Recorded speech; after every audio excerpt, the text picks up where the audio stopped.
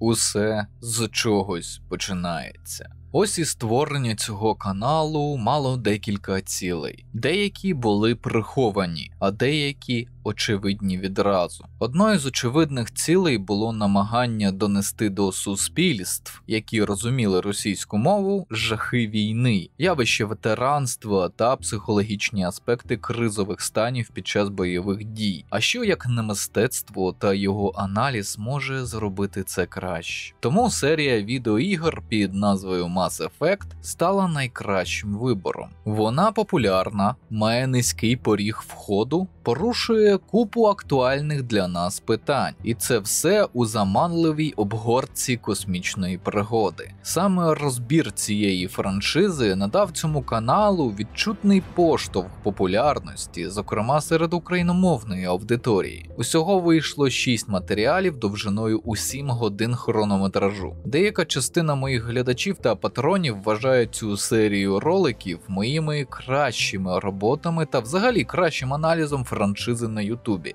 King in the castle, king in the castle. Та це вже деталі. А головне те, що я побачив ваше палке бажання україномовної версії. Порадившись із патронами, бо саме вони спонсорують діяльність рептилоїда у медіасфері, ми дійшли висновку, що час настав. Ви бачите перший із матеріалів ремастеру аналізу серії Mass Effect через призму військової психології та з погляду учасника бойових дій офіцера-психолога. На щастя, одна із моїх патронес, Ірина, зробила мені всі актуальні футажі, які потрібні для розбору. Бо, на жаль, у мене немає ані часу, ані можливості зараз пройти франшизу довжиною десь в 200-300 годин. Ще раз дякую, Ірино. Для тих, хто вже дивився російськомовні версії, тут вас будуть чекати важливі доповнення. Наприклад, коментарі щодо того, як за допомогою цих матеріалів впроваджувалися антивоєнні наративи у російськомовне середовище суспільства нашого сусіда-загарбника. Також аудіовізуальна якість, як ви вже, сподіваюся, бачите та чуєте в рази краще. А якщо ви захочете підтримати та прискорити випуск цих матеріалів, вас чекає 3 опції на вибір: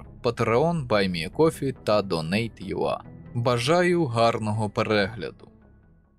Психологія впливу.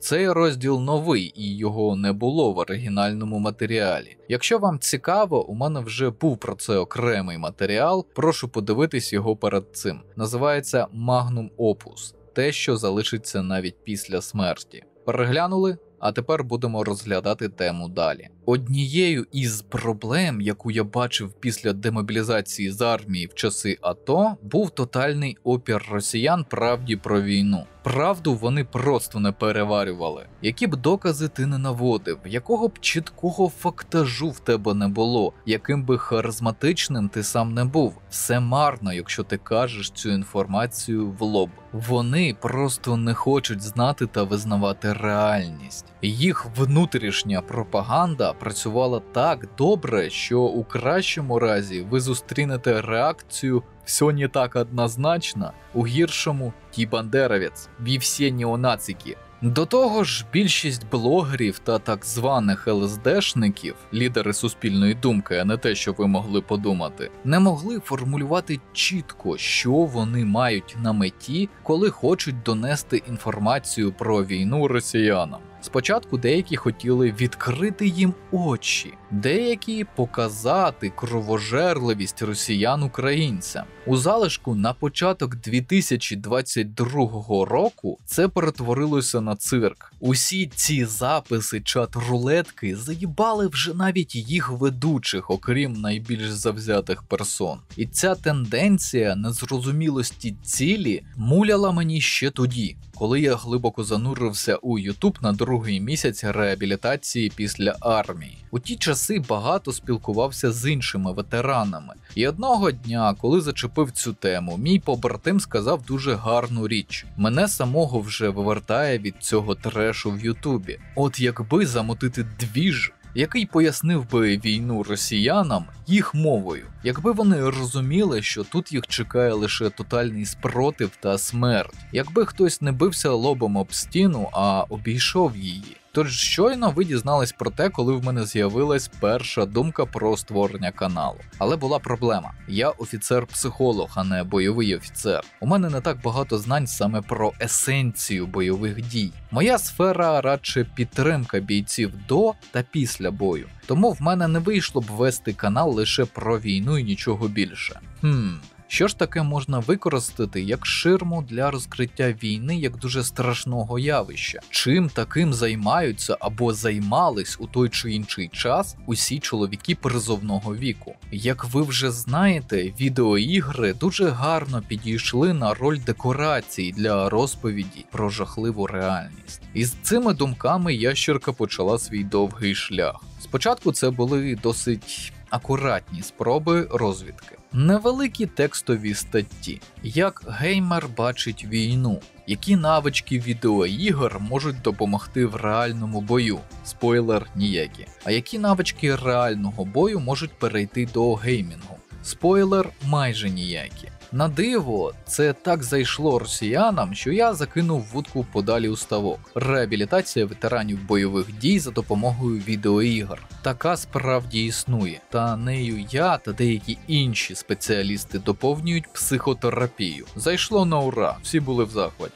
Поєднання двох цих тем мало неабиякий потенціал зростання. Так нарешті з'явився канал. Незважаючи на конспірологічні теорії тих самих росіян, канал ніхто із влади, якихось владних структур чи грантів не підтримував. Як тоді, так і зараз. Він завжди був моїм особистим із редактором проєкту, котрий існував на самозабезпеченні. Тобто, щоб ви розуміли, росіяни самі фінансували те, що ми поступово відвертали їх від війни та закріплювали їм психологічні паттерни відрази до армії РФ. Тому й кажу, це була дика афера, в успіх якої я до кінця не вірю навіть зараз. Сприяло цьому також те, що на Ютубі досі майже немає каналів та авторів, котрі розуміються на військовій психології. Так, навіть у англомовному секторі. Вони б могли розкусити мене та мої маніпуляції досить швидко, але пощастило. У росіянців, певно, немає таких спеціалістів, як показала практика, а іншим з інших країн було байдуже, або вони не хотіли палити контору заради кульмінації цієї історії. Не знаю.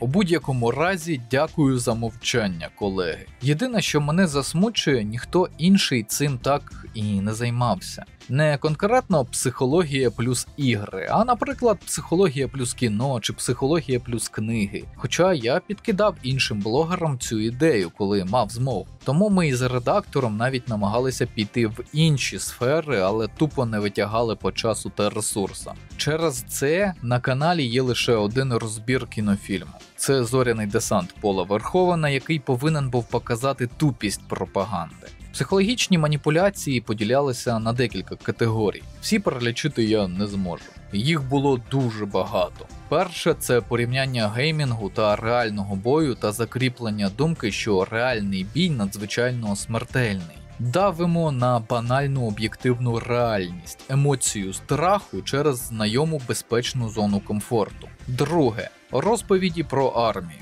Міні-історії з недвозначними фіналами, які кажуть: краще не йди туди, синку, інакше пиздак роз'єбе. Третє – акцентування особистого досвіду, який негативно висвітлює армію в цілому та конкретно армію РФ, як відсталу та дику, де навіть до своїх ставлення як до скотини. Пізніше ми дізнаємось, що я це ще, як виявилось, дуже переменшував їх реальне варварство. Можна перелічувати ще багато інших загальних так званих рецептів, але ми зробимо інакше. Тепер, коли я буду перекладати старі матеріали українською, періодично ви будете бачити от таку штуку.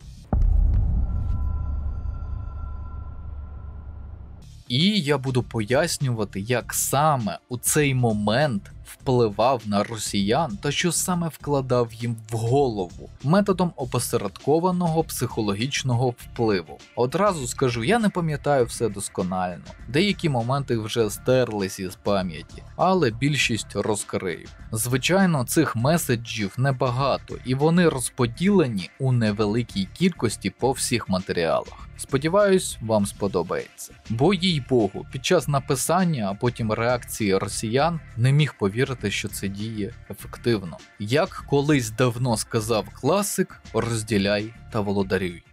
Передумови Всесвіту та лор Mass Effect. Усе з чогось починається. Ось і подорож людей до зірок – перший крок у цій довгій історії. А що робить людина, коли знаходить нову придатну для життя територію? Правильно, завойовує її. Експансія. Місяць, Марс, і тут у чітку картину світу у 2148 році вриваються артефакти предтеч. З'ясовується можливість працювати з нульовим елементом, маніпуляція з вагою та розміром будь-якого предмета. А далі перший знайдений ретранслятор. Технологія, яка може миттєво переносити зорольоти у віддалені куточки галактики за принципом ефекту маси. Покинута невідомою расою, яка жила задовго до людей і невідомо куди зникла. Стає можливим заселення всього довкола без обмежень. Біда лише в тому, що ми не одні такі. Сотні років тому і зараз різні раси проходили з таким самим сценарієм у космос. Є спільна історія, закони, торгівля, оподаткування, квоти на кількість та розмір зоряних флотів кожної раси, навіть найвищий орган влади, який засідає у величезній станції Цитадель – Рада. Верховна Рада. Ні, не та, але близько. Звісно, космічну станцію Цитадель побудовано тими самими предтечами-протеанами, проте люди цього ще не знають. Під час переміщення до одного зі сплячих ретрансляторів люди стикаються з м'язами, мускулами та поліцейськими інопланетної ради – туріанцями. Ті жорстко дотримуються санкцій галактичного закону, що забороняє дії з неактивним ретранслятором, який люди якраз й хотіли розбудити. Бо вже був один досить сумний інцидент до цього. Перша космічна сутичка для новачків закінчується криваво. Далі йде війна першого контакту у 2157 році. У ході цього конфлікту, що охоплює як наземні, так і космічні битви, туріанці окупували колонію людей Шансі. Згодом людський альянс зміг деокупувати колонію, а від повномасштабної війни сторони врятувало втручання Ради Цитадель.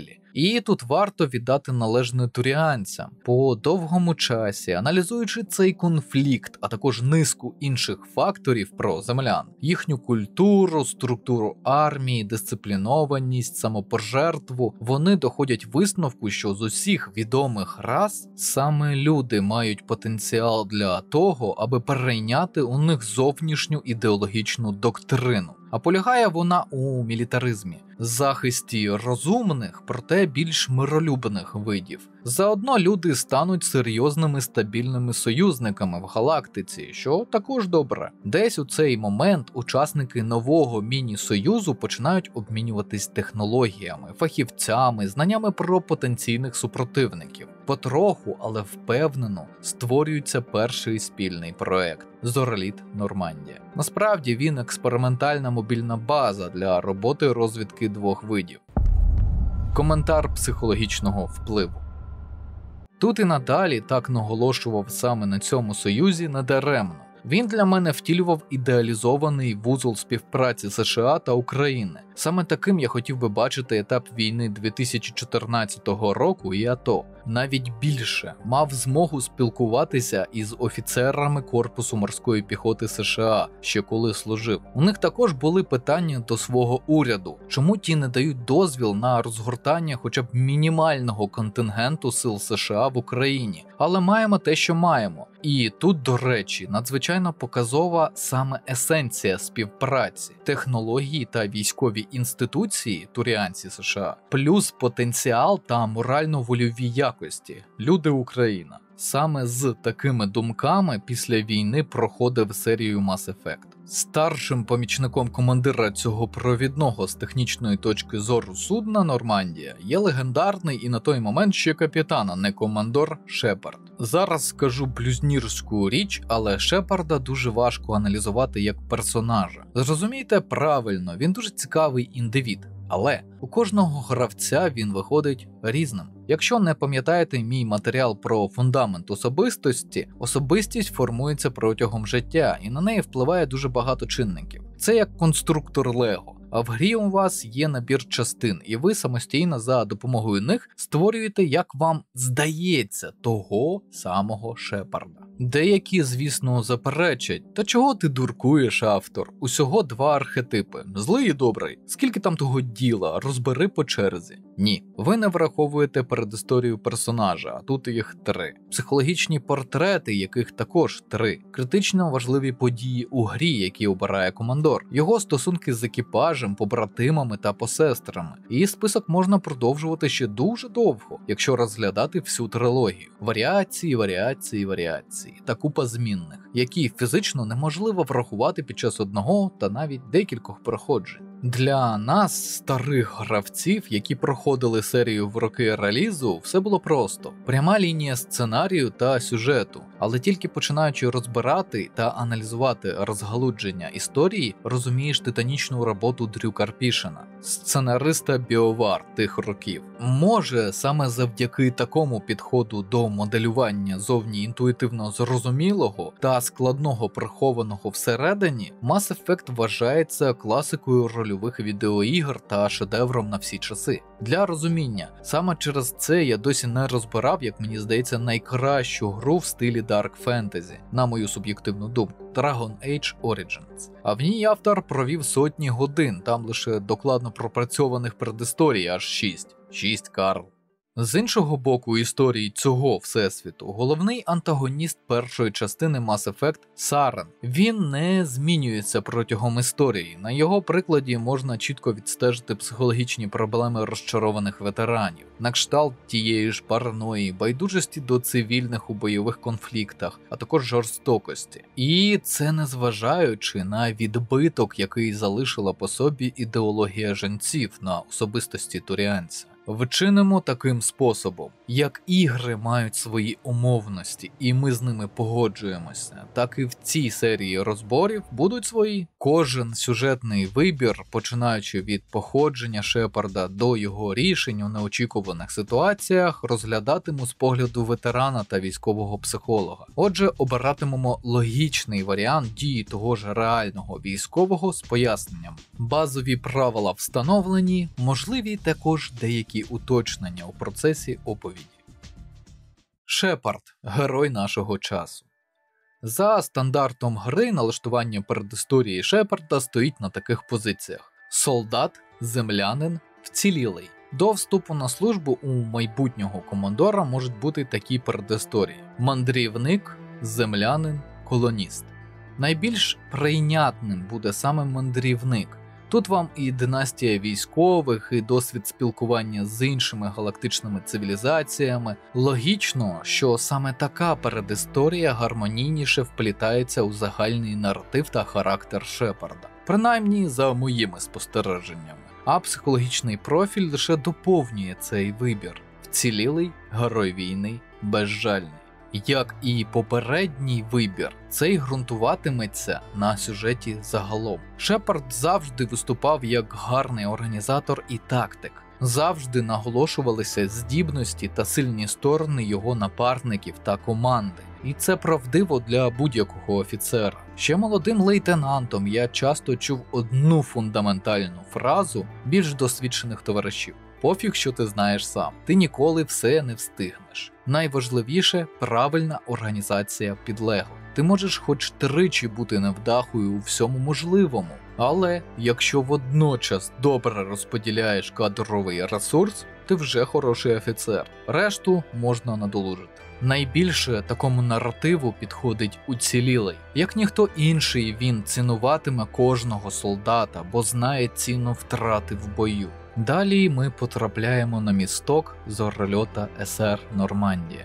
фрегата, що є провідною розробкою туріанців та Альянсу, який був спонсорований Радою Цитаделі. Проект певною мірою унікальний і явно небувалий. Уже сам факт його існування підтверджує прихильність до людей як інших рас, що входять у верхівку правління галактики, так і окремо туріанців. Корабель оснащений передовою технологією, маскувальною системою, яка унеможливлює сенсорне виявлення. Для тест-драйву Нормандії та її передових технологічних систем обирають відносно спокійну кур'єрську місію – привезти до цитаделі артефакт предтеч. Вони ж протеани, з колонії людей на Іден Прайм. Ймовірно, артефакт – накопичувач інформації, що містить у собі частку знань передової, але вже вимерлої цивілізації. Спостерігачем польоту стає спектр Найлус. Мені справді потрібно проговорити, хто такі спектри? Ну окей, для глядачів незнайомих із серією. Знаєте, хто такий Джеймс Бонд? Ось те саме, тільки в масштабах галактики з сотнями видів розумних істот. Оперативник з ліцензією на вбивство. Як про них кажуть представники Ради Цитаделі, спектрів не тренують, їх обирають. Вони загартовані боями та виконанням особливих доручень. Своїми вчинками вони ставлять себе понад всіх звань і посад. Тут ми знайомимося з першими персонажами, окрім Шепарда. Андерсон – поточний командор Нормандії від Альянсу. Найлус – туріанець Спектр, спостерігач від Ради. Найлус має двозначний статус, бо репрезентує ще й туріанську ієрархію, тобто свою расу. Порівнюючи з реальністю, це якби офіцер США приїхав до нас і одночасно репрезентував у своїй особі як армію США, так і політично-оборонний блок НАТО. Поєднання туріанці-люди проявляє себе чи не відразу. Коли з'являється опція запитати Андерсона і Спектра, чи не залишити нам маяк-артефакт собі, а не вести його до цитаделі. Така не скажеш стороннім. Найлус зупиняє Шепарда фразою «До вас, землян, все ще ставляться як до вискочок, потрібно напрацьовувати репутацію». Тобто порада від старшого союзника молодшим, без погроз, без обвинувачень, без викриття наміру поцупити артефакт. Просто порада. Їх перебиває повідомлення з Іден Прайм. На колонію напали гети. Роботизована гуманоїдна раса синтетиків, які збунтувались проти своїх органічних творців, кваріанців. Але про них згодом. Гети довгий час не з'являлися біля колоній будь-яких органіків. Ізольовано жили у своєму просторі. Також на Іден Прайм ми побачимо перший корабель жінців – Володаря. Але це ще ніхто не розуміє. Наш протагоніст разом з двома напарниками та Спектром здійснюють десантну операцію. Туріанець іде окремо, поки Шепард веде розвідку боєм. Упродовж наземної операції Шепард бачить першу втрату під час бойових дій – Річард Дженкінс. Капрала вбивають прямо на його очах. Прориваючись під ворожим вогнем, можна бачити розруху та геноцид людей. Гети не беруть у полон. Найлус, який вирушив на розвідку за декілька хвилин до нас, знаходить іншого туріанського спектра – Сарана. Але не розуміє, чому він тут. Послаблення уваги стає великою помилкою. Сарн цим користується та вбиває колегу з невідомих поки що причин. Шепарду так і не доведеться його побачити на Іден Прайм. Зрадник Спектр підключається до маяка Протеан, через який і почалася операція. Отримує інформацію та відлітає з колонії, наказуючи підлеглим підірвати до біса всю інфраструктуру, а також привезти маяк-артефакт до нього на корабель. Як ви розумієте, це не станеться. Шепард відбиває маяк, знешкоджує заряди, але за збігом обставин спонтанно підключається до нього сам. За короткий проміжок часу його мозок отримує величезну кількість даних, і протагоніст вирубається. Тут зробимо ремарку. Настав час розповісти дещо про напарників. Спочатку в команді Шепарда присутній Кайден Аленко, біотик та штурмовик. Під час місії здобування маяка вони з Шепардом підбирають космопіхотинця колонії, сержанта Ешлі Вільямс. Вони досить архетипні військові, але варто копнути трохи глибше і стають зрозумілими багато прихованих моментів. Сумно те, що до фіналу серії може не дожити жоден з них. Принаймні у першій частині доведеться вибирати, хто з них загине, а хто виживе.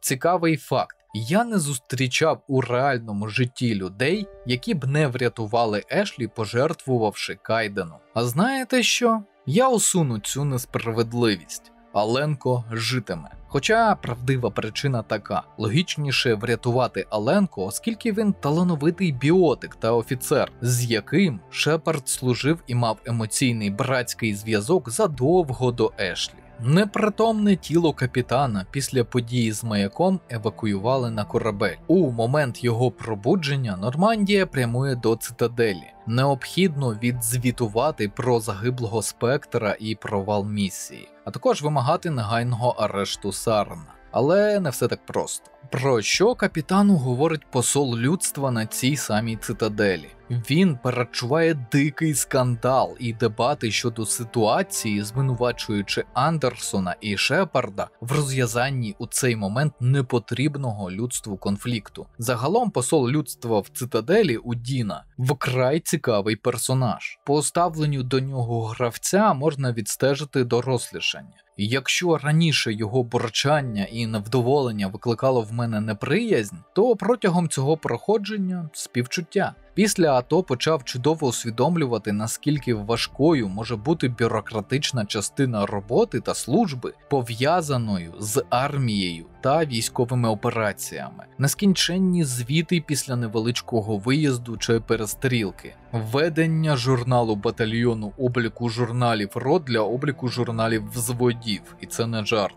Системні, монотонні, багатогодинні виснажливі наради задля рішення про виділення пари сотень літрів соляри. Бісить. А тепер зведіть це в куб у 12-му степені, оскільки Удіна відповідає перед Радою Цитаделі за всіх військовослужбовців Альянсу людей. Навіть його негативні репліки багато в чому самотній голос розуму серед військових, які не усвідомлюють повною мірою масштаб наслідків дій армії на цивільний сектор. Не знаю, може це особисто моя чи офіцерська фішка, але бачу це зараз саме так. Зрозуміло, що Рада не сприймає звинувачення у бік Спектра від якихось там людей. Ба більше, сам Сарен присутній у вигляді голограми і мовить про безпідставність звинувачень. Після його від'єднання від наради єдиним логічним виходом із ситуації вважається збір доказів проти антагоніста. Коментар психологічного впливу. А тут уже майже прямо казав про імпотенцію органів Ради ООН та світової політики, яка закрила очі на гібридне вторгнення Ерефії в Україну. При цьому ще не раз казав як в цьому матеріалі, так і у наступних. Цю частину гри насправді багато хто оминає у своїх розборах чи аналізі проходження, але Цитадель з першої частини серії дуже цікаве місце. Тут є безліч побічних активностей, які розкривають міжвидову дипломатію та торгівлю. Порушується проблематика купівлі та продажу інформації, у тому числі персональних даних. Підкреслюється те, наскільки сильно, як не дивно, репутація у багатовікових азарів впливає на всі випадки життя. Азарі використовують цю саму репутацію для створення культу особистості, радниці, яка отримує нечувані гонорари. Нагадує екстрасенсів з нашої реальності, єдина заслуга яких створення медійного образу. Бути чи здаватися? Взагалі цікава тема у розрізі аналізу психології шарлатанів та аферистів. Але повертаємось до історії. У той або інший спосіб саме на цьому етапі до групи можуть приєднатися Кроган Рекс, вільний найманець, його завдання – полювання на голову місцевого авторитету. Приєднується до нас заради виконання своєї місії та приживається на зарплату десантника. Туріанець Гарус Вакаріан, слідчий служби безпеки Цитаделі, має особистий мотив розквитатися з Сареном. тісно пов'язаний із загостреним почуттям справедливості. Вони обидва і привели наш загін до третього кандидата – Кваріанка Талізора Нарає. Вона здійснювала паломництво, що є формою іспиту на зрілість її виду. Під час свого випробування вона змогла знеструмити одну із гуманоїдно-подібних платформ гетів, тих самих синтетиків, яких вже зустрічав Шепард на Іден Прайм. У блоці пам'яті Гета був запис розмови Сарена з матріархом Азарі, що вказує на вину спектра втікача у бійні в колонії та його непокірність Раді. Задовбали скотиняки. Вже з цим Шепард постає перед Радою, вимагаючи негайного втручання на повну силу. Що однак не знав Шепард і про що у цей час здогадувався гравець, чуючи інші діалоги, за його спиною Удіна та Андерсон домовилися про політичний тиск на Раду для висування командора на посаду першого спектра людської раси. Саме йому доручать усунути Сарена, щоб довести тим самим правильність рішення про висунення людей уперед на галактичній арені. При цьому, звичайно, Андерсону доводиться відмовитися від управління Нормандією і передати її Шепарду, про що він на словах шкодує тільки трохи, а насправді навіть дуже сильно. У багатьох сенсах насправді початок кінця офіцерської кар'єри, коли тебе витягують з поля, обтрушують від пилу та бруду, одягають чистий штабний однострій і садять за стіл. Звичайно, саме так і просуваються в армійській кар'єрі, але за самовідчуттям багато офіцерів відчувають себе певною мірою зарадниками, внаслідок зрозумілої ворожнечі поміж бойовими і паркетними військовослужбовцями. Між іншим, це стосується, як правило, лише мирного часу. Під час війни штаби якраз їбашать роботу аж гай шумить. Попрощавшись з Удіною та Андерсоном, Шепард переймає контроль над Нормандією та відлітає з цитаделі. Цікавою деталлю образа командора стає промова, в якій він проголошує відбуття Нормандії та зміну керівництва корабля. Для ігор серії це стане в якомусь сенсі доброю традицією у момент важливих сюжетних поворотів. Насправді, подібні промови перед підлеглими використовуються майже всіма, від командирів взводів до начальників генеральних штабів, повсякчас. Робиться це з кількох причин. Перша – ієрархічна структура армійської закритої спільноти, яка рано чи пізно піддається колективній параної. За умов інформаційного голоду це неминуча закономірність. Тому, аби не провокувати у підлеглих необдумані вчинки типу бунту, хоч якесь пояснення поточних дій та оперативної обстановки просто необхідне. Друге – пропаганда. Звісно, такі промови повинні мати поверхневий характер гасел і лозунгів. У них чітко має відстежуватись зовнішній ворог, у нашому випадку Сар, а також внутрішній друг, командор. Мовляв, на нього завжди можна покластися у скрутну хвилину. Третє. Покращення відносин підлеглі командир. Саме так офіцери оточують себе відданими армійцями, готовими пожертвувати своїми інтересами на користь підрозділу і командира, дії якого вони бачать щодня. Безперечно, це не всі причини. Під кожну ситуацію можна ввернути додаткову тезу або формулювання, яке їй підходить. Будемо їх розкривати у разі потреби і нових промов Шепарда. Тим часом ми можемо ближче поспілкуватись з нашими напарниками по борту. Загалом діалоги командира з підлеглими у багатьох мілітарі-творах показують недарма. З одного боку видно ієрархію, суворо закріплену в будь-якій військовій структурі. Це дає поняття цивільному про соціальну структуру, в якій він, зазвичай незнайомий, і яка для нього помітно відрізняється від звичної. З іншого боку, сам факт обміну інформацією знизу до гори та навпаки важливий, не дає самовеличі старшого за званням полетіти в стратосферу. Водночас молодший за званням не закріплює думку, що на нього начхати тим, хто вище. Один із діалогів інтригує тим, що Кроган Рекс зачіпає важливу з психіатричної точки зору тему – змінений стан свідомості у представників його виду під час бойових дій та найманстві – амок. А втім, до кінця не зрозуміло, амок Кроганів – поведінковий механізм, міцно закріплений в індивідуальну та масову культуру Кроганів, або все ж таки він – це біохімічний механізм виживання на рівні генів. Моя думка, Амок це і перша, і друга в рівних частках. Чому ми не можемо впевнено, спираючись на лор, про це говорити? Саме Рекс відповідає на це запитання так. Ти колись бачив вченого Крогана? Їх немає. Оскільки Кроган із двох варіантів стати вченим чи воїном завжди вибирає останній. А найвідомішого біолога цієї галузі нам ще доведеться зустріти за хронологією – Мордін Солус. Почекаємо. Хоча є ще божевільні кроганські вчені Дрояс та вождь Окір, але, по-перше, вони радше виняток, аніж правило, а по-друге, ми поговоримо про них згодом окремо. Сторонні історії Талі та Гарус. У стартовій частині пригод Шепарда побічні завдання компаньйонів є лише у 3 персонажів. Двоє з них, на жаль, досить прості. Перше – повернути зниклу родову броню Крогана Рекса. Вона багато поколінь належала його родині. Звичайно, Урднот після цього буде ставитись до Шепарда краще і трохи більше розповість про культуру його виду. Проте на цьому майже все.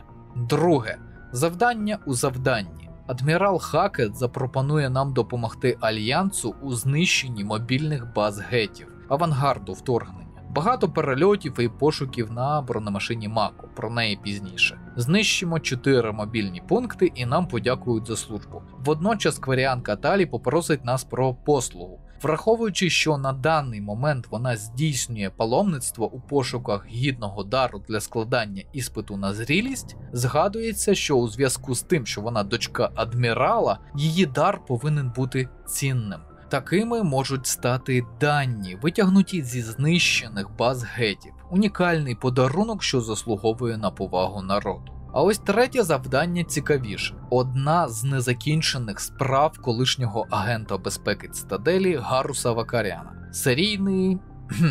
вбивця назвати буде неправильно, психопат теж. Як ви назвали би людину з медичною освітою, яка непомітно вирізає органи у своїх підлеглих і пацієнтів, а також приживляє їм нові як експеримент? От і я не знаю. Гарус дасть нам координати місця, де востаннє бачили корабель, на якому і втік підозрюваний саларіанець. Загалом, насправді, питання із серійними вбивцями і маньяками роздуте до неможливості, саме через їхню рідкість і часом успішність. Мотивацію таких персон дуже важко зрозуміти навіть досвідченим психіатрам. Те, що вам напевно не розповідають, більшість таких вбивць психічно хворі, проте успішні в контролі свого захворювання. Зазвичай не медикаментозним способом. А ще один цікавий факт – в Україні з кожним роком скорочується фінансування психіатрії. І що важливо в цьому конкретному прикладі – стаціонарів, де таких людей утримують і примусово лікують. Незабаром ми зможемо опинитися в ситуації, коли випадків зникнення людей на підконтрольній території стане більше, ніж звичайно. Як кажуть, запам'ятайте цей твіт. О, Джокер. Це тема у темі. Пілот Нормандії страждає на вроджене захворювання, синдром Вролика, або ж хвороба кришталевої людини, Q78.0 у міжнародному класифікаторі захворювань 10-ї редакції. Кажучи простіше, це генетична хвороба кісток тіла. Фактично вони мають низьку мінеральну щільність, тому дуже легко ламаються через навіть невеликі фізичні навантаження. Знаєте, є речі, які мене і, впевнений, ще немало геймерів вибивають із відеогрової оповіді. І доволі сильно. Це, наприклад, агресивне просування статистичного перебільшення ЛГБТ-спільноти, коли на одного гетеро-персонажа 3 гей-персони. Так не буває. Або інший приклад – сексуалізація штучного інтелекту в творах, що претендують на наукову фантастику. При тому тут питання не в органіках, що закохуються в штучний інтелект, а в тому, що цей штучний інтелект починає поводити себе так, немов у нього є відповідні біохімічні реакції, і він здатний закохуватись, що дуже тупо. А конкретно тут мене вибиває з колії сюжетна арка пілота Нормандії. Людина із серйозною інвалідізацією, яку допускають на військову службу. І зрозумійте мене правильно, під час мобілізації, термінового призову та навіть рейдів військкоматів часто трапляється, що до війська призивають людину з явними проблемами зі здоров'ям. Але цей факт зазвичай приховують або сама людина, або офіцер, що призиває. У випадку виявлення такого суворо карають. На папері з гуманістичних причин, а насправді тому, що людина може відсудити компенсацію чи пільгу як військовий з інвалідністю, яка була виявлена після призову, що безперечно означає підвищену пенсію. Відповідно, на думку чиновників та органів досудового слідства, це надмірні державні витрати. А вони таки не люблять. А якщо це ще й психіатрична інвалідність, хлопчики та дівчатка, це трандець у купі, бо така людина часто не може відповідати за свої дії. Так ось, я зустрічав багато талановитих людей з інвалідністю, і їхні таланти могли б бути використані в армії з винятковим результатом. Стрільба, технічні навички, аналітичний розум і так далі. Однак жоден з командирів підрозділу, яких я знав, не взяв би їх. Чому? Та тому, що військовий має бути універсальним. Навіть начальник фінансової частини повинен здати фізнорматив. Навіть начпрод зобов'язаний добре стріляти. Тому що воїн в результаті – це комплексна фігура, яка отримує гроші за захист своєї держави. Він мусить мати мінімум необхідних навичок на будь-яку бойову ситуацію. Це його обов'язок. Крапка. Яким би чудовим пілотом Джокер не був, з таким уродженим дефектом, як синдром Фролика, не уявляю, як можна було підписати його документи на пропуск до пілотування бойовим зорильотом, який коштує всі гроші світу. Гравітаційні навантаження, тряска, влучання ворожого снаряду та що завгодно подібного масштабу, і корабель не має пілота у кращому разі пару тижнів, коли він у медичному відсіку. У гіршому пілот гине. Так, я знаю про автопілот. І що? З таким самим успіхом можна взагалі не брати такого спеціаліста, а завжди бути на автокеруванні. Коротко кажучи, жодна медкомісія просто не допустила б такого персонажа за штурвал. І ще раз, так, не розумію. Раніше допускав таку ймовірність, як сценарний хід. Зараз після армії просто жопорозривний момент. Джокер – ось гора толерантності заради толерантності без розуміння об'єктивної реальності. Примушує по-іншому поглянути на знайому тематику. Чи не так? Тут просто необхідно уточнити. Особливо для нових глядачів, які можуть подумати, що обмежую тут і зараз чиїсь права. Для тих, хто не знає про інші мої матеріали ще російською, наприклад, ЛГБТ і фемінізм в армії. Сам Джокер як особистість мені імпонує. Його добре розкривають сценаристи, його гумор є прийнятний для його психопрофілю, навіть можу сказати гармонійний у тих обставинах, у яких він є. Але хай там що, у момент проходження не міг перестати бомбити. У другій частині, до речі, буде момент, який ще сильніше зачіпає цю тему з персонажем. Коментар психологічного впливу. Тут, до речі, дуже важливий нюанс. Коли випускав цей матеріал росіянською, поруч із ним було декілька, у яких зазначав, що в російську армію гребуть на строкову службу та контракт навіть із фактичною інвалідністю. Так що цим розділом підсилював ефект можливого пригнічення у разі служби в армії. Але не все ж про персонажів говорити. Всесвіт Mass Effect відомий і побічними завданнями. Поглянемо на деякі з них. Цікавим завданням від адмірала Хакета стає знешкодження майора Альянсу Кайла. Офіцер постраждав під час бойових дій, отримавши сильний посттравматичний розлад. Але він не засмутився, гідно це прийняв і створив собі культ. До нього мають право входити лише біотики. Люди з телекінетичними здібностями, яким так чи інакше завдала шкоди влада Землі. Характерно, що сам майор не є біотиком, і проблеми він у цьому не бачить. Ну, ви знаєте цих активістів, які літають люкс-класом та живуть в маєтках, але розповідають усім про страждання бідних та знедолених. Чи можлива така подія, як створення культу колишнім військовим посадовцем у межах нашої реальності? Якоюсь мірою так. Можна згадати колонію Дігнідад, створену в Чилі колишнім нацистським офіцером, навіть фільм є на цю тему. Ще була подібна секта, створена в Нью-Мехіко. Віддалено схожими прикладами можна назвати духовно-лицарські ордени середньовіччя, що виходили з-під контролю Папи Римського, або культ Карго, сформований під впливом спостереження примітивних племен за літаками американців у Другу світову. І тут я не згадую випадки локального характеру, коли невелика група підтримки ветеранів у вигляді групової психотерапії сповнюється ідеєю помсти уряду за те, що їх, не вдаючись у деталі, кинули в м'ясорубку. О, звичайно, деякі можуть згадати головний храм Збройних сил Російської Федерації. Створили напередодні незадовго до повномасштабного вторгнення в Україну у 2020 році. Ви тільки подивіться на це.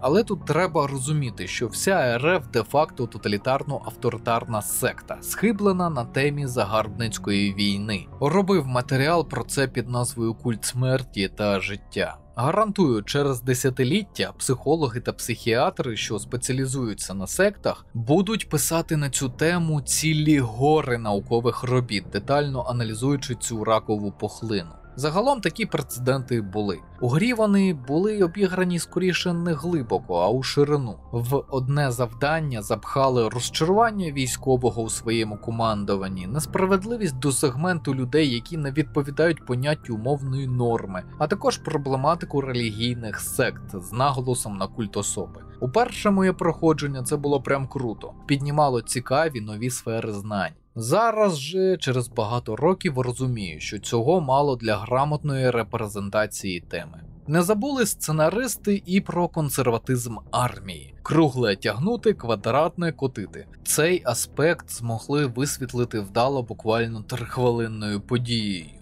Вкотре, прибувши на цитадель, зустрічаємо де-юре командира над Шепардом, контр-адмірала Михайловича. Ось стільки звання Спектра дозволяє нам ігнорувати його по повній. А втім, наш Шепард, аналізований вашим людоящером, військовий аж до самих кісток. Виникає неприємна ситуація. Михайлович хоче провести інспекцію корабля для найвищого командування. Настрій у нього явно негативний. У його розумінні зораліт за всі гроші світу має бути величезним і як з найкращою вогневою міццю, яка всіх знищить. Він ниє про витрати в кожному рядку діалогу. І система маскування не потрібна, і планування корабля туріанське, не по-дідівськи. І взагалі на борту купа інопланетян, які можуть вкрасти технології. Скостенілість мислення не дозволяє йому зрозуміти інвестиційний потенціал роботи з більш просунутими туріанцями, а також дипломатичну силу існування Нормандії з людиною Спектром. Навіть у разі вдалих перевірок навичок діалогу, навіть після умовлянь Михайлович залишається незадоволеним. І знаєте що?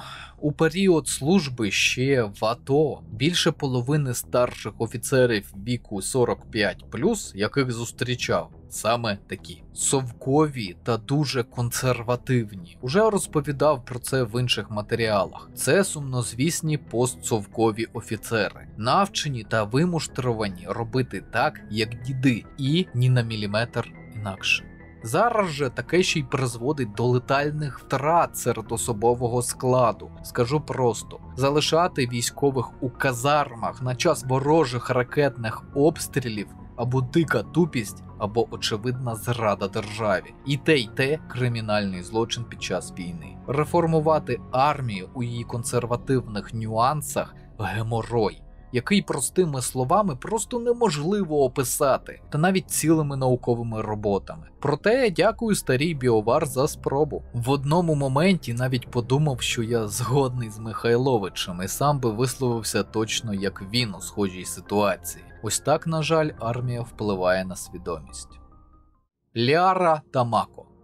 Повертаючись до основної лінії оповіді, нам все ще потрібно знайти крайнього компаньйона Шепарда. Азарі, яка своєю щирою наївністю та чарівністю завоювала багатько сердець фанатів людей обох статей, незалежно від сексуальної орієнтації. При цьому ще така молода за мірками своєї раси, всього якихось там 106 рочків. Ліара Цоні, дочка матріарха Бенезії. Саме цим вона цікавить нас як зачіпка. Як родичка наближеної до Сарана Бенезії. Ліару можемо знайти на планеті Террум, де вона проводить археологічні розкопки протеанських руїн. Дістатися туди непросто. Гетів вже відправили за молодою Азарі, і ними просто кишить усе навколо. І тут у мене особиста претензія до дизайнера локації. Якого фіга він кидає нас на вкрай нестабільні американські гірки? Ще вперше своє проходження я стикався з цим, але подумав, що потім усе поправили.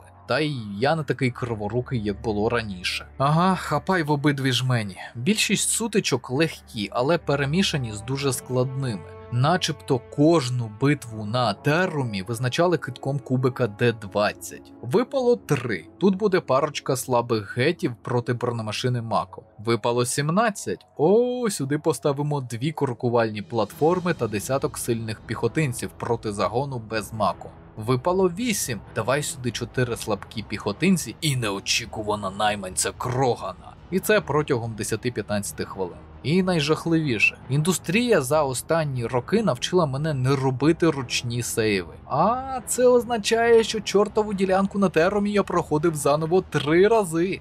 Алло, Що, Олег? це ужас. Та чого? Бо так, Ну і що? мене розриває всередині. Чого? Телефон забрали, рація не робить, бля. Болото по коліна, бля. Ну і що? Куди бля полетів? Олег, ти що, ти плачеш? Ні, блядь, сміюся нам. Я в такій залупі ще й не був. А що таке? Рація не робить, раз. Ну, Телефон забрали, 2. Гети. Бігають кожних 5 минут, 3. Це ж у мене вже 3 Що? пройоба є. та хай собі бігають, та й що? Я не можу не доповісти, стріляти не можна. Взагалі, ну що скажи, болото, дощ іде, блядь, нема нічого. Дуже пошкодував, що пройшов сюди на 17-му рівні. Але таки подужав. Для тих, хто забув або не знає хуї з маку. Фактично, це всепрохідний броньований мобільний танк для групи. Він з'являється лише у цій частині, точно вундервафля. Мало коли йому можуть завдати хоч якусь шкоду, а його крутість дозволяє здійснювати неймовірні кульбіти, уникаючи обстрілу всупереч усім законам фізики. Діставшись з місця розкопок, ми застаємо Ліару в край цікавій позиції. Вона потрапила до пастки протеанської охоронної системи, але це також і дало перевагу. Пастка спорудила силовий бар'єр навколо гори археолога, завдяки якому гети не змогли схопити Ліару до приходу Шепарда. Ліара не розуміє, чим вона зацікавила синтетиків, поки ми не розкриваємо їй карти, згадуючи про її матір. На жаль, вона не в курсі, де її мати, взагалі не спілкується з нею вже довгий час. Ще один глухий кут. Проте Ліара знає багато про жінців, завдяки неабияким навичкам аналізу та непересічному ентузіазму до роботи її життя – ксеноархеології. Саме вона вперше розкриє нам таємницю існування нескінченного циклу. Коротко, є раса синтетиків – жінці. Кожні кілька десятків тисяч років вони навідуються в галактику і знищують все розвинене органічне життя, залишаючи лише примітивні види. Потім знову зникають. Поки що в цій частині гри не зрозуміло, що є причиною цього явища. Допомогти з'ясувати це може якийсь канал. Новерія, Рахні, геноцид.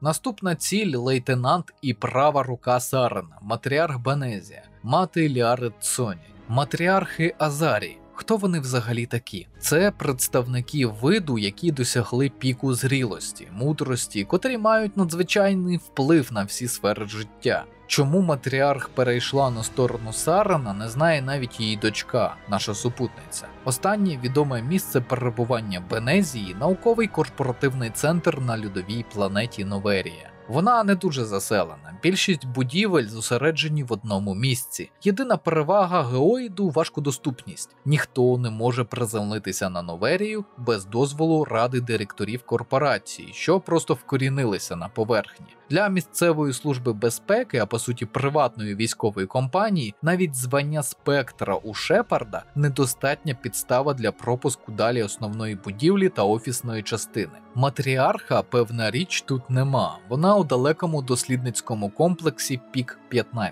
Щоб отримати доступ до дороги та транспорту, необхідно взяти участь у місцевих корпоративних сутичках, обравши певну сторону. Єдиним вартим уваги моментом місцевих пригод стає фінальна думка про те, що гра у великий бізнес – це завжди бруд.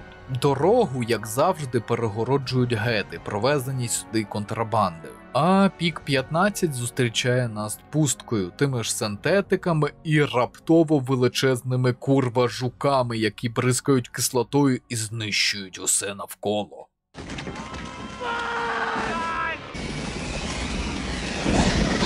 Небагато людей, що вижили, пояснюють, що з нижніх рівнів біолабораторій нещодавно поповзли агресивні інсектоїди. Вчені, які там працювали під тиском Шепарда, зізнаються, що істот виростили з останків яєць Арахні, раси, яка вважалась вимерлою. Вкрай агресивною, раси, яка знищила мільярди інших органіків. Її перемогли лише поклавши на вівтар колосальні жертви, здійснивши примусову генетичну техноеволюцію кроганів під контролем саларіанців. Але до цієї теми повернемося трохи пізніше. У процесі звільнення лабораторій, секція за секцією, гнітюча атмосфера мимоволі змушує згадати Dead Space. До речі, його розбір теж вже робив, і можливо зроблю ремастер, якщо ви цього захочете. А третя частина, розбір якої заморозила війна, буде лише українською. У будь-якому випадку незабаром Шепард натрапляє на ангар, де знаходиться Бенезія і величезний арахнід. Королева матка, вона самостійно спроможна відродити цю расу, тільки дай їй час. Матріарх тим часом демонструє ідеали традицій британського виховання дітей через приниження своєї дочки. Короткий бій з її спецназом, і ми нарешті дізнаємося, чому Бенезія була віддана Сарену. Потужні біотичні можливості корабля-володаря. Навіть такий могутній органічний індивід, як матріарх Азарі, не може протидіяти його тривалому впливу. Мати Ліари сама завдає собі смертельний удар, розуміючи, що прояснення свідомості не буде тривати довго. Проте це ще не кінець. Завдяки розуму Роя, королева Рахні контролює труп однієї із спецназу Азарі, і крипово через нього намагається з нами поговорити. Її меседж простий. Рахні хороші хлопці, а в часи Великої війни вони просто не розуміли, що коїли. Вона просить нас це зрозуміти та пробачити їх. Вам це нічого не нагадує? У минулому сторіччі нацисти та фашисти, у цьому рашисти. Правда, вони ще досі перебувають у мілітаристичному екстазі, але ж ми з вами знаємо, чим це закінчиться. Гуманітарка за покаяння. От тільки не сподівайтесь на справжній сором та каяття. Це надто складні почуття для рашистів. Їх імітація можлива. А от чи можливе їх реальне переживання – це питання. Коментар психологічного впливу. Взагалі часто посилався на Другу світову та Третій рейх, розуміючи, до чого все йде в Ерефії. Тут необхідно розуміти паттерн. Дивіться, як це працює. Спочатку набираєш авторитет у певної групи осіб, хоча б базовий, не треба якось занадто перенапружуватись. Потім ти розпізнаєш символи, якими користується ця група як інфоярликами. Далі починаєш використовувати ці символи задля ще більшого зростання авторитету. Це і є кульмінаційний момент.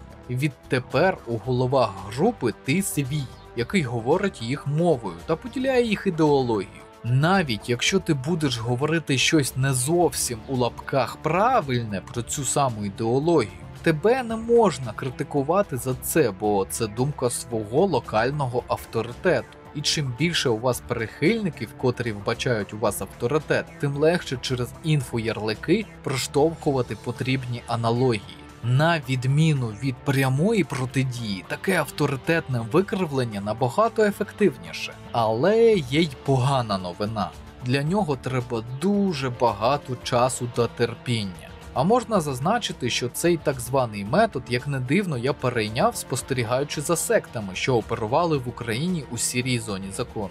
А Рахні не зупиняється, продовжує. Мовляв, відпустити чи стратити її – це справа Шепарда, проте обіцяє не хуліганити і не провадити криваву експансію. Певно, навіть може допомогти потім.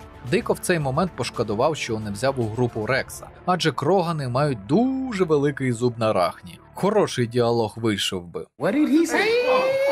У коментарях багато хто припускав, що раз я вболіваю за гуманістичні цінності, то діятиму виключно як парагон, тобто абсолютно добрий персонаж. А це передбачає звільнення Рахні. Цього разу точно ні. Цей вибір, напевно, відгукнеться мені в майбутньому, тому що я, як і більшість, знаю спойлери. Проте саме так роблять усі розсудливі військові в подібних ситуаціях. Адже раса Рахні – це фактично біологічна зброя. Звичайно, тут можна розвести полеміку про те, що не буває поганих людей, тобто органіків, а бувають погані індивіди, тобто представники. Курва! Словом, членистоногі. Фігня. Коли вирішує військовий, він завжди вибере варіант усунення потенційної небезпеки. А тут у нас швидко розвивається агресивний експансивний вид, відмінний від більшості інших цивілізованих видів. За цими миролюбними, як сама королева Рахні каже, дітками, мільярди смертей у минулому і невідомо скільки у майбутньому. Стати тим, хто випустить таку загрозу для всієї галактики на свій страх і ризик, це точно вибір гнилого пацифіста, який нічого не може проаналізувати не те що на рік уперед, а хоча б на день. Саме тому мій вибір такий. І коли я говорив це ще в 2020 році, уже тоді було зрозуміло, про кого насправді йде мова. Феррос, Туріанин. Тепер у нас є нова інформація. Тим часом Рада Цитаделі й досі не вірить у те, що жінці взагалі існують як вид. Вони згодні, що є небезпека від гетів і володаря як одиничної загрози. На їхню думку, туріанець водить нас в оману. Що ж, шукаємо докази далі. Наступна мета – Феррос, колонія людей, атакована гетами. Сама планета цікава тим, що вона на 2/3 всипана руїнами протеанського мегаполісу. Пробиваючись від посадкового майданчика вперед, добираємося до невеликого поселення – Надія Джу. Там ми зустрічаємо різношерстних індивідів. Їх об'єднує якась дивна поведінка, втім її можна пояснити величезним стресом, який вони отримали через напад синтетиків. Їм також можна допомогти, розв'язавши проблеми водопостачання, продовольства тощо. Власне, сучасні військові доктрини різних країн дозволяють солдатам допомагати цивільним, що опинилися у центрі бойових дій. Насправді дуже важко відокремити справжнього цивіла від потенційного ворога. Не втомлююсь наводити приклад Афгану та В'єтнаму, де інколи навіть малолітній міг взяти в руки калаш і розстріляти цілий загін в спини, користуючись ефектом несподіванки. У подібних малих населених пунктах необхідно завжди бути насторожі. У нашому випадку небезпеку несуть промиті пропагандою руського міра українці. Їх роками пічкали міфами, байками, фейками. Часто це навідники російської артилерії та РСЗО. І, на щастя, зараз вже працює закон про колаборантів, і таких садять у в'язницю частіше. Команда рушає далі до головного офісу штаб-квартири Екзогені, яка і є ініціатором колонізації світу. Завдяки співпраці кількох менеджерів компанії, котрі знайомі з поняттям «совість», до рук Шепарду потрапляє інформація про те, що поселення Надія Джу було побудоване над Туріанином, стародавнім розумним рослинним організмом, що впливає на колоністів шляхом навіювання, що схоже на одурманювання, яке використовує володар. Можливо, ви дивились мій ролик про культи. Там пояснював базис і навіть деякі нюанси, пов'язані з явищем. Однак тут, як і в багатьох інших місцях, біовари обрали небанальний шлях. Торіанин, який де-факто є главою культу, рослина. Дуже давня істота, що живе понад 50 тисяч років. Він знає багато про різні речі і явища, що відбувалися на планеті задовго до того, як перші гомініди вийшли зі своїх печер. До себе в рабство він вербує незвичайно, а саме шляхом поширення спор, які проникають у дихальні шляхи. Тому аналізувати діяльність колоністів Надії Джу з погляду первинно завербованих адептів секти буде не зовсім правильно. З іншого боку, в цілому їх поведінка – це класика ізоляційних сект. Ворожість до оточуючих, параноя, абсолютне поклоніння, приховування та захист лідера, підміна поняття сім'ї як родинних зв'язків на братів і сестер по вірі. Загалом культ відкритий викликам sci-fi епохи, if you know what I mean. Перемагаючи рабів Туріанина та його самого, звільняємо Азарії, вона тут не випадково. Сарен і матріарх Бенезія подарували її Туріанину. Натомість Сарен одержав знання про шифр, який веде до знання про канал, який всім навколо так необхідний. Також нарешті стає відомим мотив Бенезії щодо Сарена. За допомогою свого впливу вона хотіла відвадити туріанців від його планів, але не витримала сили навіювання жінця. Вермаєр, Генофаг, Саларіанці, Володар та Сарен. Наступну зачіпку нам дає Рада Цитаделі. Мовляв, Шепарде, ти і твої колеги-спектри, звісно, молодці, проте, окрім вас, є інші підрозділи, якими оперує безпосередньо Рада. Одному із таких і було наказано розслідувати діяльність Сарена на Вермаєрі. Ремарка. Це взагалі розумний підхід, який зараз використовується у реальному світі. Для різних завдань мати різні державні підрозділи, тому що армія, наприклад, відмовиться виконувати наказ розігнати демонстрантів, що логічно, а МВС не відправиш зі стрілкотнею на танки. Навіть більше, мудрий, зауважу, не обов'язково позитивний уряд матиме також підрозділи, які дублюють один одного. Звичайно, якщо є можливість їх утримувати, про всяк випадок. Пролітаючи над позиціями, ми виявимо гетів, які беруть в облогу спеціальний підрозділ ГОР, група особливого реагування. Його очолює саларіанець, капітан Кірагі. Короткі перемовини, і ми вже в курсі подій. Історична довідка. Раса кроганів під час її повстання проти Ради Цитаделі була заражена біологічною зброєю – генофагом. Тому вони народжують лише одного потомка на 1000 спроб спарювання. На це хворіють абсолютно всі крогани. Ліків чи вакцини немає, поки що. Тому ви можете зрозуміти гнів кроганів щодо Ради Цитаделі. Жила собі раса кроганів, дуже сильних фізично та витривалих ящерок. Але сталася ядерна війна, а потім криза. Після неї вони просто стагнували на своїй планеті. Аж тут їх знайшли саларіанці, і так би і залишили їх в спокої, якби не галактична загроза – Рахні.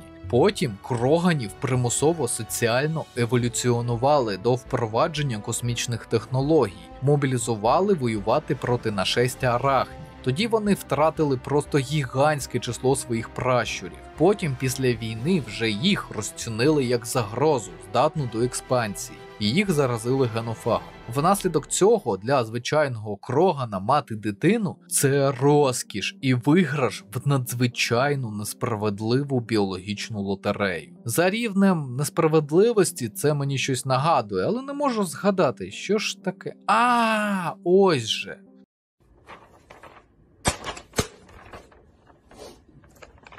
What's this, you fucking piece of shit? What's this? Huh? What's this, motherfucker?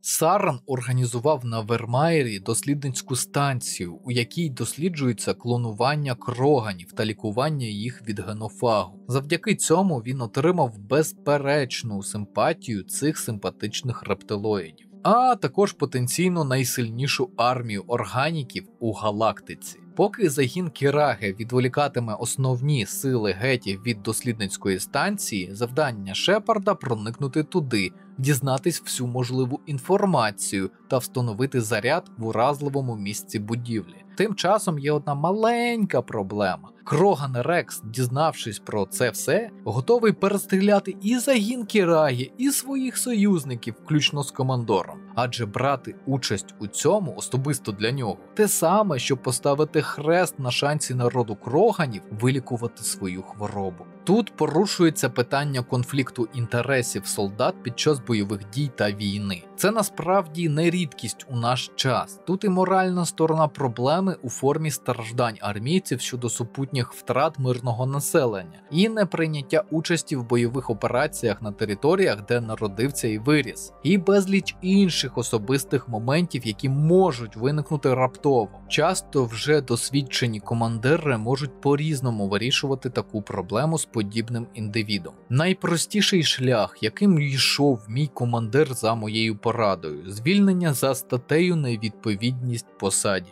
Таким чином, підрозділ залишається без слабкої ланки, командир та офіцери без геморою, а сам солдат з чистою совістю йде куди бажає.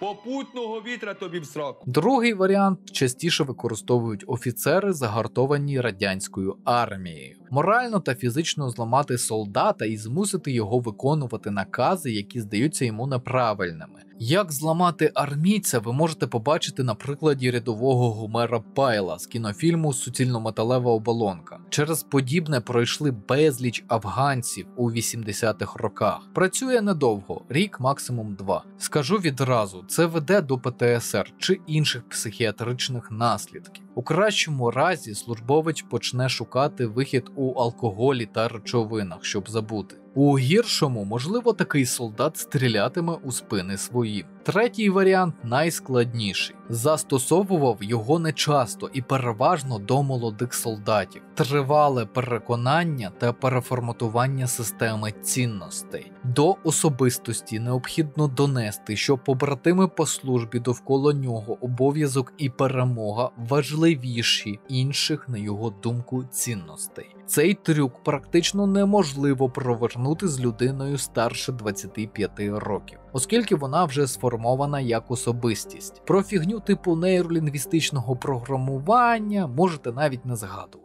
Якось зроблю про це матеріал. Та й взагалі, на мою думку, якщо людина не може з міркувань совісті брати участь у бойових діях, змушувати її неправильно та недоцільно. Тим не менш, ми з вами знаємо, що армія не завжди дає змогу робити саме правильні вчинки. І все ж таки Шепарду вдається провернути саме такий варіант. Тут або спрацьовує особиста послуга у вигляді побічної історії з обладунками, або харизма парагона чи лиходія. Колись вперше це був дуже сильний момент. Зараз із нинішніми знаннями та досвідом нереальний. Єдине пояснення – Шепард неймовірна видатна особистість, яка створила у підрозділі настільки сильні зв'язки бойового братства, що навіть 700-річний Кроган готовий пожертвувати своїм та його раси майбутнім. Вибачте, якщо зіпсував вам цю сцену, проте з пісні слів не викидають. Рекс згодний з тим, що Сарен лише маніпулює його народом, як до того саларіанці та Рада Цитаделі,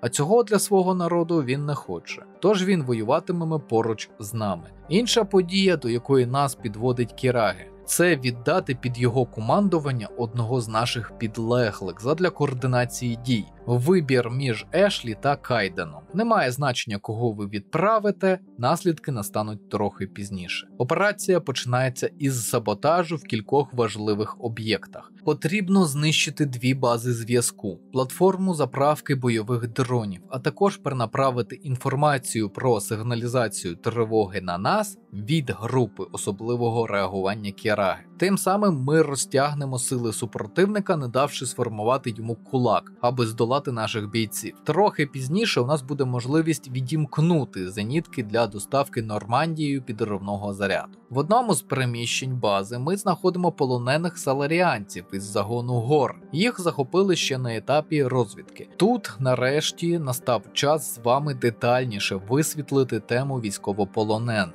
Потрібно розуміти, що починаючи з нульових, конвенція про поводження з військовополоненими працює на силу. І коли я про це казав ще в оригінальному відеорозборі Mass Effect, звичайно мав на увазі Рефію. Можете подякувати за це творцю концепції гібридних війн генералу Валерію Герасимову. Її ще називають доктриною Герасимова. Ні, звичайно, її матеріали опублікували лише у 2013 році, але це лише фінальна, відполірована версія. Альфа та бета-тести, так би мовити, проходили значно раніше. Ще є думка, що основні свої напрацювання генерал запозичив з книги «Необмежена війна», яка була опублікована китайськими військовими ще у 1999 році. Але загалом скотське ставлення до військовополонених та перевдягання полонених цивільних у військових – це не новина. Вони робили це вже з 90-х. У зв'язку з тим, що війна де-юре у час бойових дій не оголошується майже ніколи, військовополонені не мають відповідного статусу і зазвичай потрапляють до в'язниць суворого режиму, або їх нелегальні варіанти з назвою «на підвал». У першому варіанті, окрім можливих тортур, приниження солдата чи офіцера невизнанням його комбатантом та юридична колізія з обміном іншою стороною конфлікту. У другому – середньовічна катівня, безправ'я та звірства. Зрозуміло, це все незаконно, проте відбувається повсякчасно.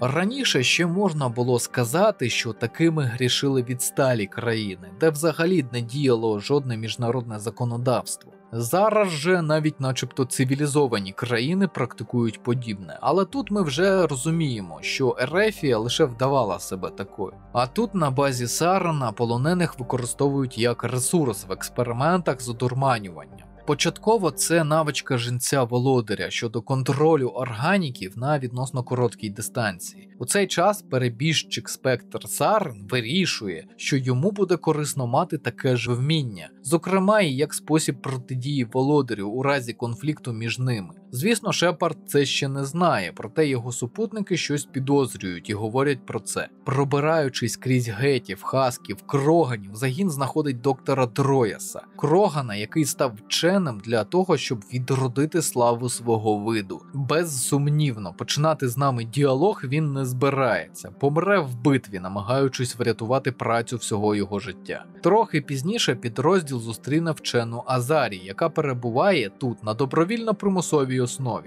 Хотілося б зробити ремарку про використання цивільних на війні, але залишимо це для наступних матеріалів. Азарі пропускає нас до особистої лабораторії Сарана, де є лише один важливий предмет – другий активний протеанський маяк. Цього разу командор уже не випадково підходить до нього задля отримання додаткових знань. Для усвідомлення цих знань, які транслюються артефактом, потрібний час через несумісність біології протеан та Homo sapiens. Вже коли Шепард прямує до виходу, у приміщенні спрацьовує зв'язок та з'являється голограма володаря. Якби машина могла дивуватися, можливо було б сказати, що він здивований. Жнець очікував побачити Сарана, а не Шепарда. Командор намагається дізнатись, що взагалі відбувається, але синтетик дає лаконічні відповіді, ніби розмовляє сам з собою, а поруч літає докучлива муха. Володар – вища форма існування, давній синтетик, пізніше дізнаємось, що гібрид,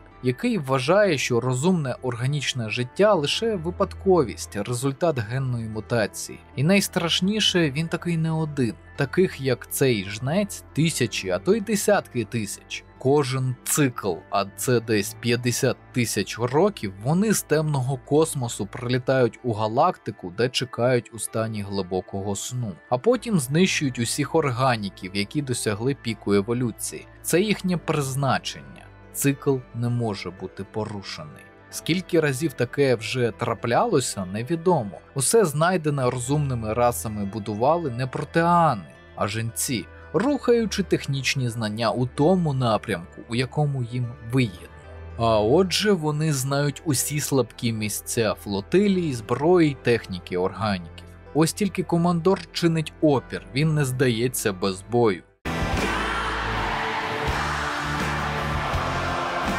Проте володарю байдуже, що думає якась комашка. Людина лише відсуває неминуче. Розмову закінчено, пора йти.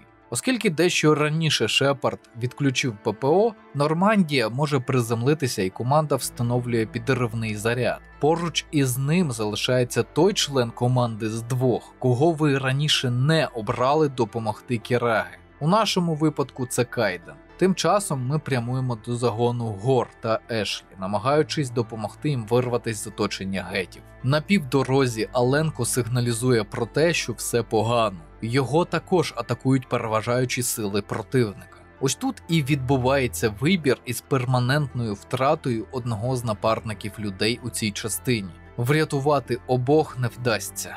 Раніше вже згадував, чому ми будемо вибирати Кайдена. Він офіцер, більш цінний кадровий ресурс, а також історія його відношень з Шепардом, як побратимів по службі, триває довше. Ну і тому, що знайдіть мені хоча б когось, хто так робив. Розумію, що в коментах знайдуться, проте переважна більшість завжди врятує Ешлі, тому що симпатична жінка. Розпусту або нюсі. Відбивши атаку, бачимо пораненого Аленку, але не встигаємо йому допомогти. Прибуває Сарн. Сховавшись від вогню супротивника, Шепард починає з ним діалог, намагаючись переконати у хибності вибору служіння жінцям. І в певний момент навіть помітне вагання туріанця. Проте битви не уникнути. Психопрофіль Спектра обговоримо дещо пізніше. Цитадель. За допомогою шифру, видінь з двох маяків Протеан та Ліари, командор нарешті може визначити місцезнаходження каналу. Ми наближаємося до розв'язки. Уже достатньо даних, щоб повернутись до Ради та вимагати у них вторгнення на Ілос. Вкотре Шепард спробує переконати володарів цього всесвіту у своїй правоті. І цього разу вони справді зрозуміють його наміри. Настільки серйозно, що заблокують корабель і позбавлять його можливості кудись летіти. Навіть Удіна бере у цьому участь. Проблема в тому, що Рада досі вважає жінців вигадкою і галюцинаціями Шепарда, а спробу польоту на Ілос – вторгненням у прикордонні світи, яке призведе до війни. Вихід знаходить Андерсон. Пряма непокора. По суті, він може проникнути або до посольства людства, або до управління Служби безпеки Цитаделі. Там, на короткий термін, зможе вимкнути блокування Нормандії. Цього буде достатньо, аби вирватися з пастки та полетіти. Можливі наслідки для Андерсона різні. Від розжалування до звинувачення у зраді. Для піка кар'єри офіцера, на якому зараз перебуває Андерсон, це фактично кінець життя. Неодноразово були прецеденти, коли такі військові після зриву погонів просто спивалися. Нерідко все закінчувалось самострілом. Таке відбувається через різні причини. Основна – соціальна дезадаптація військових. Про це також був окремий ролик. А мотиви в даному випадку цілком логічні. Тверда впевненість у Шепарді та потенційна загроза плюс особиста ненависть до Сарна, яка тягнеться ще з війни першого контакту. Ілос. Планета зустрічає нас неприязно. Гети вже тут. Вони блокують дорогу, відрізаючи Шепарду шлях, по якому втікає туріанець. У гонитві за ним чергові перестрілки та вимушена зупинка. Начебто відрив невеликий, особливо з огляду на те, що ми переслідуємо супротивника на Маку. Навколо дивна атмосфера, довгі ряди стін, з яких подекуди стирчать чи то стрижні, чи саркофаги. Десь на середині шляху, спереду та ззаду, дорогу перегороджує силове поле, поруч відкривається прохід. Усередині нас чекає віртуальний інтелект Протеан Страж. Він детально розповідає деякі таємниці минулого циклу, як жінці знищували Протеан, чому протеани залишили маяки як попередження, коли почали усвідомлювати свою поразку, як останні представники виду протеан саботували Цитадель, яка насправді є пасткою жінців для ослаблення уряду органіків кожного циклу. Багато його знань здогадки, а не 100% факти, оскільки жінці не спілкуються з тими, кого пожинають. Але це вже щось. Протеанин дає нам якийсь файл з даними. Він допоможе нам саботувати роботу Цитаделі пастки, коли до неї підлітає володар. Продовжуємо йти слідами Сарна. Ще трохи і ми наближаємось до каналу. Портативного ретранслятора, побудованого протеанами. Цитадель. Ми повернулися на Цитадель. У космосі вже розгорнулася битва між кораблями гетів на чолі з володарем проти союзних сил Цитаделі. Поки ми прориваємось до вежі, де господарює Сарн, космос світиться сотнями зорольотів, що спалахують як сірники у битві. Під прикриттям гетів володар проривається до вежі цитаделі та приєднується до неї, щоб створити ретранслятор для стрибка флоту жінців із темного космосу сюди. Сарен. Психопрофіль. Тут нарешті настав час поговорити про Сарена. Як із Удіною в моє перше проходження з розумінням психології Сарена у мене не склалося. Причиною було те, що у грі його вкрай мало, незважаючи на правильну подачу цього персонажа як особистості. Пізніше у моєму полі зору з'явилися додаткові знання про передісторію. Тут пазл почав складатися. Ремарка. Багато в чому зрадник Спектр схожий з Мартіном Вокером зі Spec Ops The Line. Обидва вірні воїни свого уряду, обидва внаслідок своєї служби робили помилки, на які оточуючі заплющували очі, обидва отримали хронічне психічне захворювання. Особистий конфлікт із Шепардом також має еволюційну структуру. Незважаючи на презирство і ненависть до людей як виду, Сарен бачить, як Шепард зростає у професійному плані. Бачить його щиру пристрасть у бажанні перемогти як самого колишнього Спектра, так і його господаря, володаря. Саме цим він викликає у Сарена симпатію як супротивник і як можливий союзник. Спроба першого вербування командора відбулася ще на Вермаєрі, а друга вже в Цитаделі. Більш пристрасна, відверта, з визнанням рівності двох воїнів. Якби Шепард під моїм командуванням був жінкою, я навіть міг би подумати, що це в якійсь формі освідчення в коханні. Ще одна ремарка. Ще в 2020 році, під час прочитання цього абзацу, моя дружина і за сумісництвом редактор буквально за хвилину нагуглила подібний фанфік, він же слеш, і зачитувала його мені кілька хвилин вголос, поки я не попросив пощади. Їй-богу, краще я б цього не чув. Туріанець, незважаючи на зовнішню відстороненість, розривається від протиріч. Одурманювання володаря грає в цьому першу скрипку. Далі розрив між бажанням вижити під п'ятою жінців та гордістю військового, яка розтоптана тим, що він навіть не спробував боротися проти них.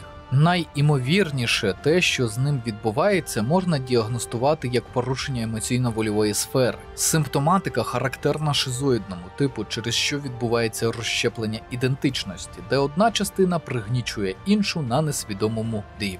Спочатку це міг просто бути захисний механізм задля самозбереження психіки, але пізніше будь-яка так сильно пригнічена проблема потім має негативні наслідки. Деякі люди, дивлячись на Сарена, ще можуть згадати таке словосполучення, як роздвоєння особистості. Але це неправильно, оскільки особистості в одній людині не може бути більше, ніж одна. Інша справа, що це може створювати ілюзію множинності. Насправді, дисоціативний розлад ідентичності – дуже рідкісне захворювання. За багато років бачив лише декілька людей з подібною симптоматикою.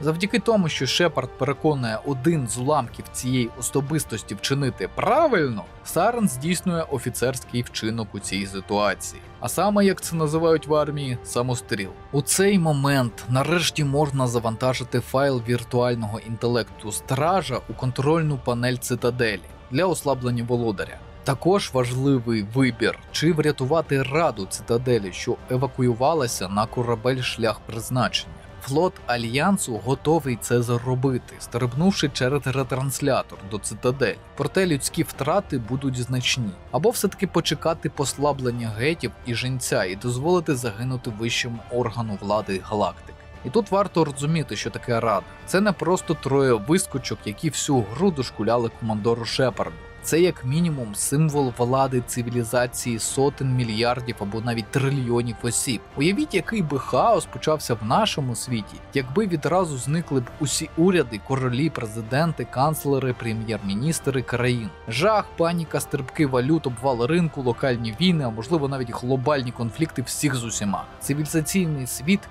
делікатний механізм, у якому обрані представники, конституційні монархи чи інші найвищі особи – видима верхівка. Проте якщо її настане, як корабель побачить попереду айсберг і уникне катастрофи. Тому тільки рятувати, іншого виходу немає.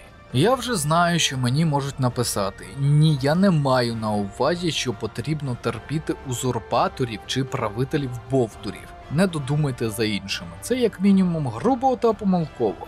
Буду так само, як і ви, радіти, коли хуйло помре. Але важливо розуміти, що коли РФ буде розвалюватись на національні республіки, це треба контролювати, бо почнеться безліч локальних конфліктів на території колишньої так званої Федерації. Тим часом кіберскелет, імплантований володарем у тіло Сарана, той противник, з яким нам ще доведеться битися, поки в космосі відбувається інша, більш епічна битва. Проте все приходить до свого кінця. У момент фінального удару командора по кібернетичній формі Сарана Джокер здійснює аналогічний постріл ослабленому володарю. У космосі розлітаються уламки гігантського корабля, і один з них потрапляє у вежу цитаделі, хоронячи під собою наш загін. Лише через якийсь час ми розуміємо, протагоніст вижив. Фінальним акордом частини стає подяка Ради Цитаделі Шепарду за всі його подвиги. Нагорода – можливість вступити до Ради Цитаделі представнику людства. Рекомендація Шепарда буде сприйнята як найважливіша. Кандидатури Андерсон та Удіна. Пам'ятаєте, що говорив про Удіну, а також про військових у політиці? Зубатий політик на позиції радника зможе врахувати набагато більше нюансів цивільного сектору, який годує військових. Тому логічним вибором, незважаючи на антипатію героїв, буде саме він. Попри всю мою повагу до Андерсона як персонажа, він неприйнятний кандидат для такого рангу. Коментар психологічного впливу. Роз'яснюємо момент. Ви ж ще пам'ятаєте про додатковий підтекст подібних відео? Цей посил був зроблений заради одного моменту, а саме показати, що цивільна влада – це більшою мірою шлях до мирного та стабільного процвітання. У той час, як військова влада – дуже калічний менеджмент суспільства, і не сперечайтесь зі мною. В історії людства немає жодного випадку успішної та довготривалої держави під військовою хунтою. І ще раз зазначу, якщо хтось не знає, в РФ головна істота – це КДБшник, тобто військовий напрямку розвідки та контррозвідки. І повірте, мені самому від цього факту хочеться блювати. Що сталося б, якби не конфлікт Саран-Найлус? Як це виглядає геополітично? Стисло. Спектр-туріанець Найлус займається проектом Нормандії. Людство використовувало всі можливі механізми, щоб висунути на цю посаду першу людину Спектра. І це не було фінальною метою, а значною мірою своєрідним перехідним містком до місця у Раді Цитаделі. І з боку людей це була не перша спроба, першою був Андерсон. І тому логічний висновок, що Найлус зобов'язаний не просто стежити за Нормандією. Він повинен тренувати людину Спектра. І якби не зрада Сарана і смерть Найлуса, етап тренування проходив би кілька років, а потім кандидатуру Шепарда затвердили б у ранзі Спектра. Але сталося те, що сталося, і рішення дострокового висування командира стало політичним. Завдяки тому, що люди побачили ганьбу Ради, мовляв, ви такі вимоги нам ставите, а у самих бардак. Вищі агенти один одного ріжуть і стріляють взагалі не розбираючи. Посол Удіна натиснув на Раду та ризикнув репутацією Альянсу, поставивши на Шепарда. А Рада Цитаделі начебто відпілила себе від усього, призначивши людину. Якби все було інакше, ми б мали довгу історію становлення учень-учитель, що однозначно вже не так епічно, та й це вже було в грі від BioWare Jade Empire.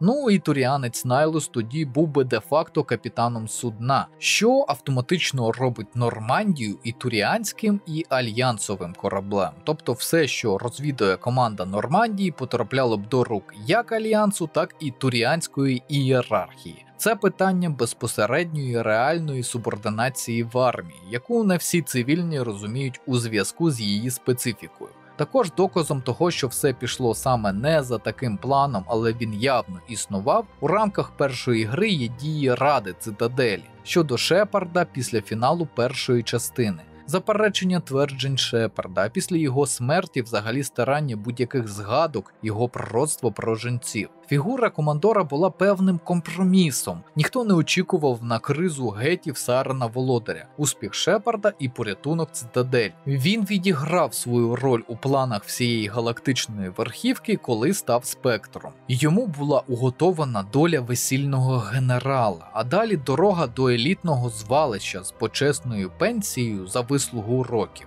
Не здивуюся, якби потім вийшла автобіографія. Я перший людський спектр. Історія успіху.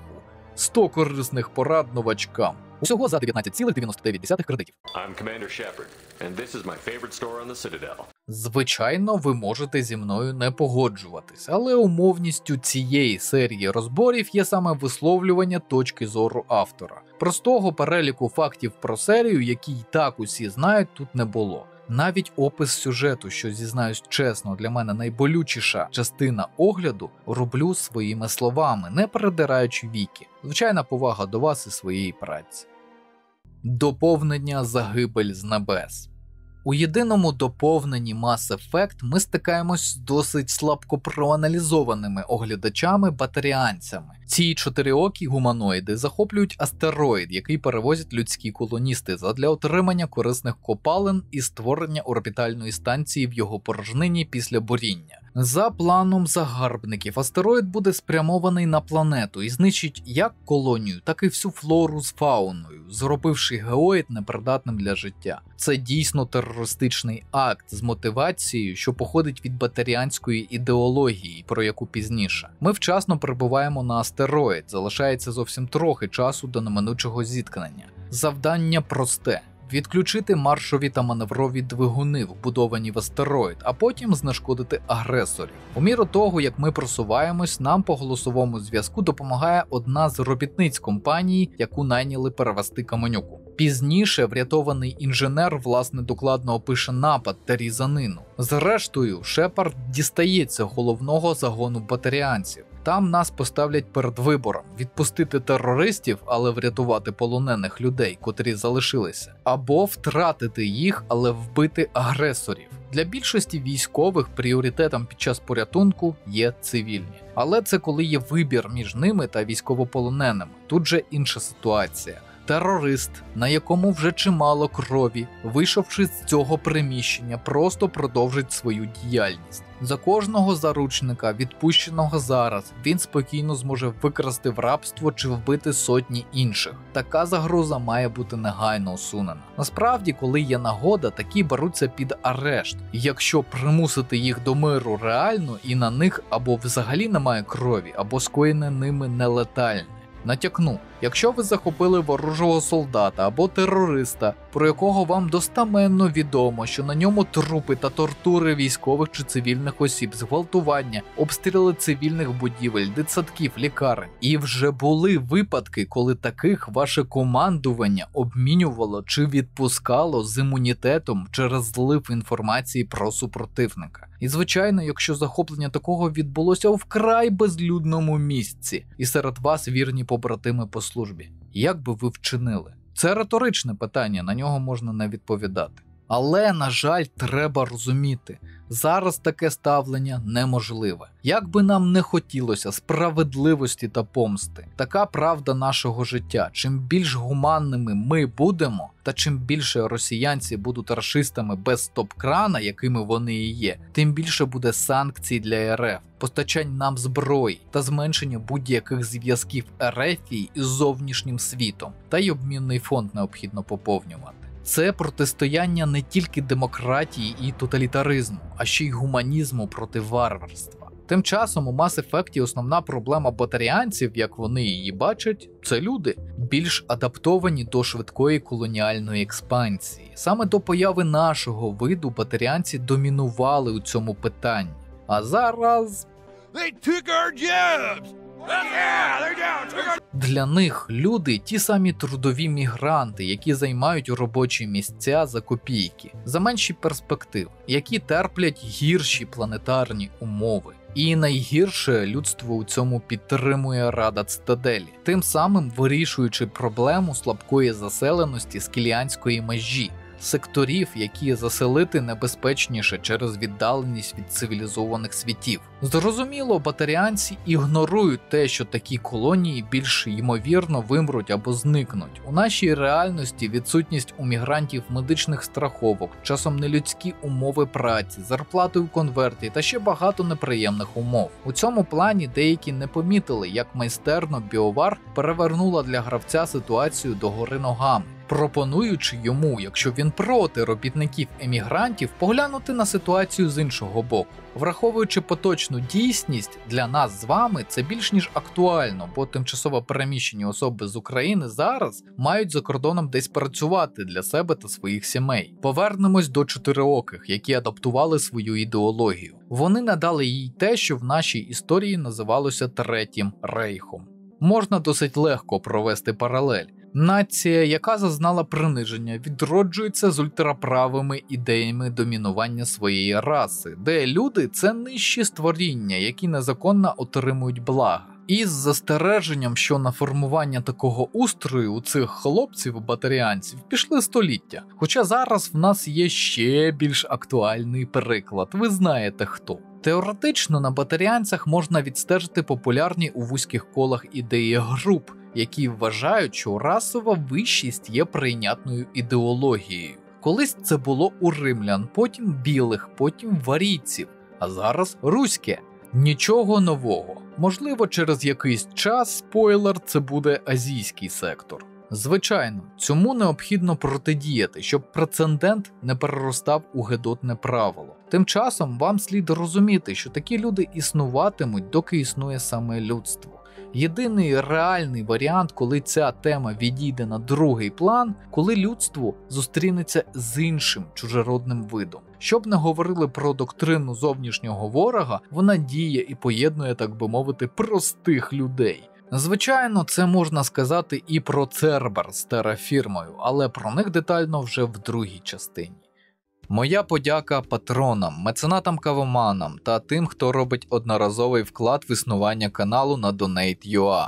Завдяки вам канал продовжує існувати і продовжує свою діяльність. Особлива подяка.